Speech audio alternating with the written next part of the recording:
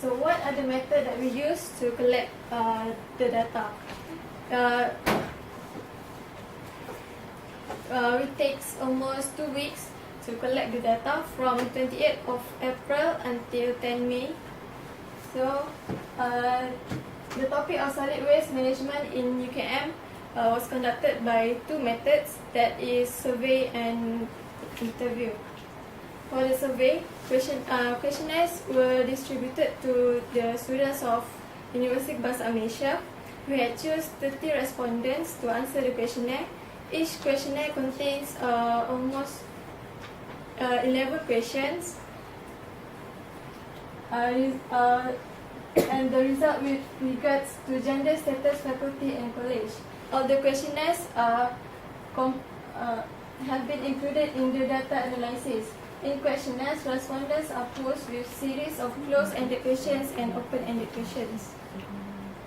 What is closed-ended question?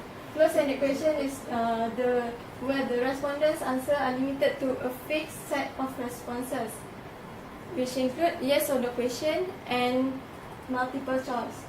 For yes and no questions, the respondent need to answer the question by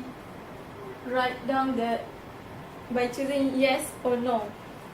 And for multiple choice, the respondents are asked to choose their preferred option from each question. So this is the example of closed-ended question. For the first question of our questionnaire, how much amount of waste produced daily by you in UKM? So the respondent need to choose either one of the answer, which is 5 to 10 kg or 10 to 15 kg or 15 to 20 kg. For open-ended question, options are suggested. So the respondent give their own answer without being constrained by a fixed set of possible responses. The example of open-ended question is for our last question, which is, in your opinion, what is the best method to dispose of waste in UKM? So the respondent should answer the question and fill in the blanks. The second method that we use is interview. We know that we must have more data for this project, and we had choose a lecturer, Dr. Nur Izlin Ahmad Basri from the Department of Civil and Structural Engineering on 29th of April in 30 minutes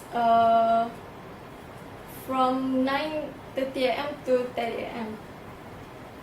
We decided to choose her to be interviewed because of her education, her specialization and contribution related to the topic solid waste management in UKM.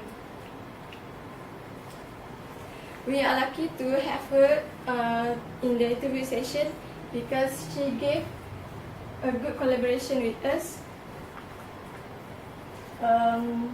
Before the interview, we make sure that we have as much information as possible about our interview topic. Having a solid understanding of the topic and at hand make me feel more comfortable as an interviewer, enhance the quality of the question, and make our interviewee more comfortable. So we had done face-to-face interview, which allow for personal communication and make it possible to gather more of information about it. So I will pass to Raihan for causes and impact. Alright, thank you, Rajiha. Now we go into causes and impact. Causes meaning here the causes that will happen if we do not have a very good solid waste management.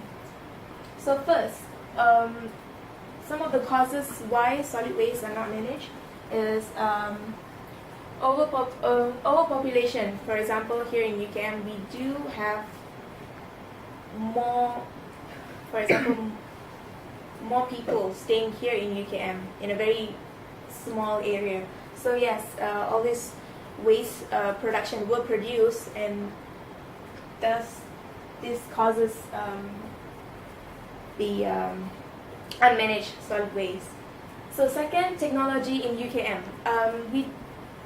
As we know, solid waste can be managed if we do have great technology. For example, in Japan, they do have technology to gather all the solid waste and make it reusable, almost 90% of them. But here in UKM, we don't have that. We only have recycled beans, and that's all. And the third will be awareness. People, how they behave towards solid waste, why they are not recycling. So those are some reasons why solid waste are not managed in UKM. Next, impact. Impact here means the effect. What will happen if we do not control our solid waste? First, mosquito breeds due to clogging of sewage because of overflowing garbage. Second, decomposition of solid waste spread through the air and land, water, which causes all this pollution, water pollution, air pollutions. Next, burning of waste, air pollution, like I just mentioned. Garbage dumping and disposal help many harmful species to breed. All these harmful species that would cause a human to lead unhealthy lifestyles. The affected waterways, it means affected water supply, which means all this garbage that will overflowing. At the end, it will affect the nearby water supply. At the end, our water supply will be affected. And contaminated water and air resulting in disease in human, like for example, water pollution. We will have disease if we drink those water. Now, I will pass to Adeline for data analysis and discussion.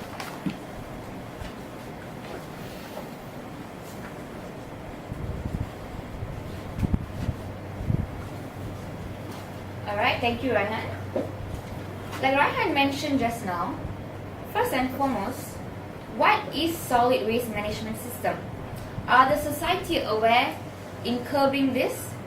Well, to know more, our group have done a research among UKM students and staff. Alright, from the first question of the questionnaire, it's about the most generated waste by an individual in UKM. As you can see in this bar chart, paper, female respondents chose paper 14.5% and male respondents is 12.7%. And for plastic, female respondents generated the most as it's 25.5% and male respondents on the other hand only 10.9%. And food items, female generated 23.6% and male respondents generated 12.7%. While disposable, garden waste and others remains at 0%. Well, to take you deeper into this bar chart, the reason female chose plastic as their most generated waste is because plastic consists 13% by solid municipal waste,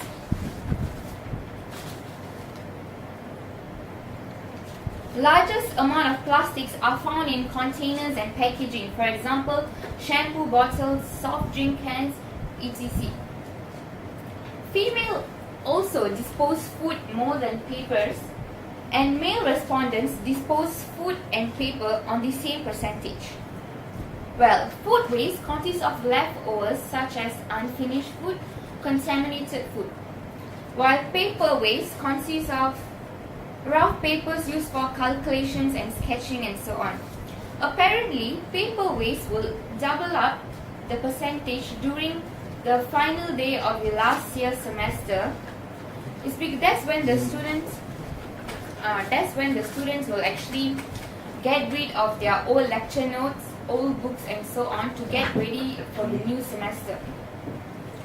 The reason disposable items and garden waste remains at 0% because it doesn't involve the UKM students and staff. It involves the workers. Alright, I'll take you to bar chart number 2. Bar chart number 2 is about the college authorities' awareness to provide recycle bins. As you can see here, 64.5 female said yes and 25.8% no on whether the college authorities provide recycle bin.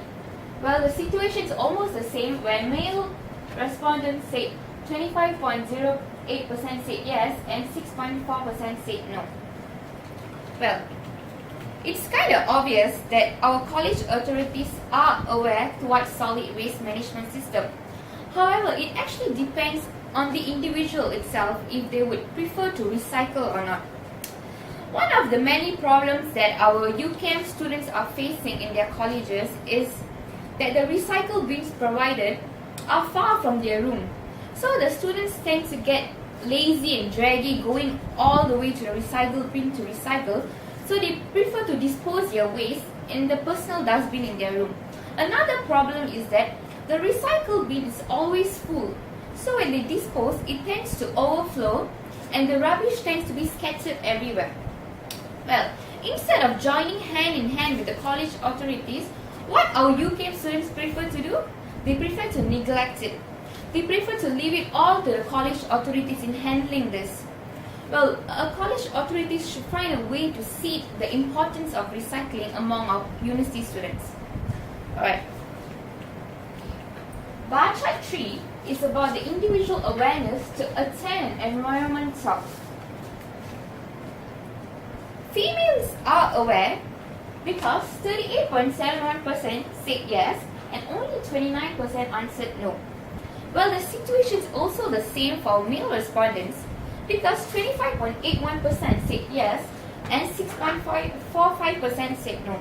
So this actually shows that both our male and female respondents are aware to attend an environment talk.